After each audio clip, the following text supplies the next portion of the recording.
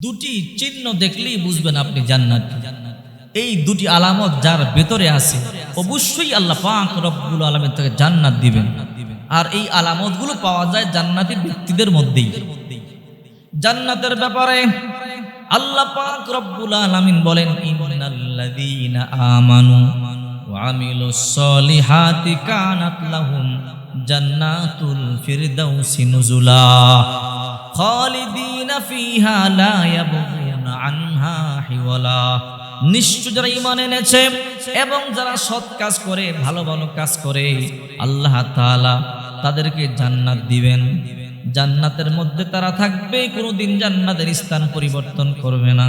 রাসূল করিম সাল্লাল্লাহু আলাইহি ওয়াসাল্লাম বলেন, আদাতুল ইবাদিয়াস সলিহিন, আমি আমার নেক বান্দাদের জন্য, আল্লাহ বলেন, আল্লাহ রাসূল বলেন, আল্লাহ নিজে বলেন, আদাতুল ইবাদিয়াস সলিহিন, আমি আমার নেক বান্দাদের জন্য এমন জান্নাত রেখেছি, মালা আইনুন রাআত ওয়ালা উযুনুন সামিআত ওয়ালা খাতার আলা কলবি বাশার।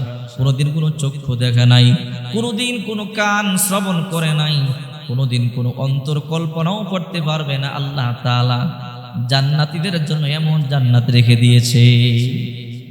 জান্নাতে যাওয়া এত সহজ নয়। আফহাসিবতুম আন্নামা খালাকনাকুম আবাথা, আল্লাহ তাআলা বলেন, এমনি কি জান্নাত দিয়ে দিব মনে করছো? জান্নাত এত সহজ না। আজি সাহেব হজ করে বলে আমি জান্নাত, হালাল টাকা দিয়ে হজ করছে না, হারাম টাকা দিয়ে করছে, সেটার দিকে কোনো ভ্রুক্ষেপ করে না, আমি হাজি, আমি জান্নাত।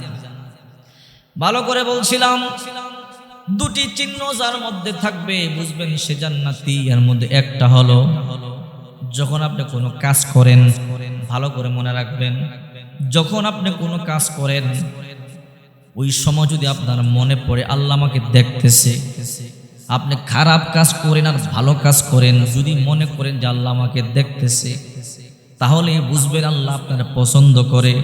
আর আল্লাহর ভয়ে যখন আপনি খারাপ কাজটা ছেড়ে দেন, গুনাহ ছেড়ে দেন, বুঝবেন আল্লাহ তাআলা আপনার মহব্বত করে। অনেকে খারাপ কাজ করে, গুনাহকে গুনাহই মনে করেন, খারাপ কাজকে খারাপ কাজ মনেই করেন। এই জন্য গুনাহকে গুনাহ মনে করবেন। বিশ্বনবী মুহাম্মদ সাল্লাল্লাহু আলাইহি ওয়াসাল্লাম বলেন, যে ব্যক্তি আল্লাহর ভয়ে গুনাহ ছেড়ে দেয়, তাকওয়া অবলম্বন করে, ইন্নাল্লাহা ইউহিব্বুল মুত্তাকিন, আল্লাহ তাআলা তাকে তার গভীর ভালোবাসার বন্ধনে আবদ্ধ করেন। ইন্না আকরামাকুম ইনদাল্লাহি আতকাকুম, এই আসমানের নিচে জমিনের উপরে সবচেয়ে বেশি আল্লাহর কাছে প্রিয় হইল মুত্তাকি। সুবহানাল্লাহ। এক নাম্বার গুণ হলো যার ভিতরে দেখবেন এই চিহ্নটা আছে, যখন সে কোনো কাজ করে, কাজ করার সময় মনে মনে চিন্তা করে আমি আল্লাহরে ভয় করি, আমি গুনাহ করব না, গুনাহ ছেড়ে দেয়। যদি এই গুণটা যার ভিতরে থাকে বুঝবেন ওই ব্যক্তিকে আল্লাহ মহব্বত করে। দুই নাম্বার, দুনিয়ার তুলনায় যারা আখিরাতকে প্রাধান্য দেয়। অনেকে তো দুনিয়াকে প্রাধান্য দেয়, দুনিয়াই সব মনে করে, যেমন কাফেররা মনে করে দুনিয়াই সব। না, আল্লাহ পাক রব্বুল আলামিন বলেন, ইয়া আইয়ুহাল্লাযীনা আমানু মা লাকুম ইযা ক্বিলা লাকুম ইনফিরু ফী সাবিলিল্লাহি সাকালতুম ইলাল আরদ আরদিতুম বিল হায়াতিদ দুনিয়া ফামা মাতাউল হায়াতিদ দুনিয়া ফিল আখিরাতি ইল্লা কলিল। আল্লাহ তাআলা বলেন, হে ইমানদাররা, তোমাদের কি হলো যখন তোমাদেরকে আল্লাহর রাস্তায় বের হতে বলা হয়, মাটিকে তোমরা আঁকড়িয়ে দাও? তোমরা কি আখিরাতের তুলনায় দুনিয়াকে প্রাধান্য দিয়ে দিলা নাকি? শোনো, আখিরাতের তুলনায় দুনিয়া একদম তুচ্ছ, একদম তুচ্ছ। রাসূল করিম সাল্লাল্লাহু আলাইহি ওয়াসাল্লাম বলেন, জান্নাতের একটা ইটের মূল্য দুনিয়া কয়েকবার বিক্রি করলেও হবে না।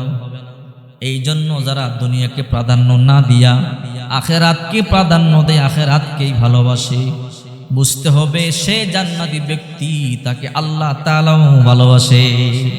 এই দুই চিহ্ন যার ভিতরে আছে বুঝবেন আল্লাহ তাআলা তাকে বড় মহব্বত করে, বড় ভালোবাসে, সে জান্নাতি ব্যক্তি।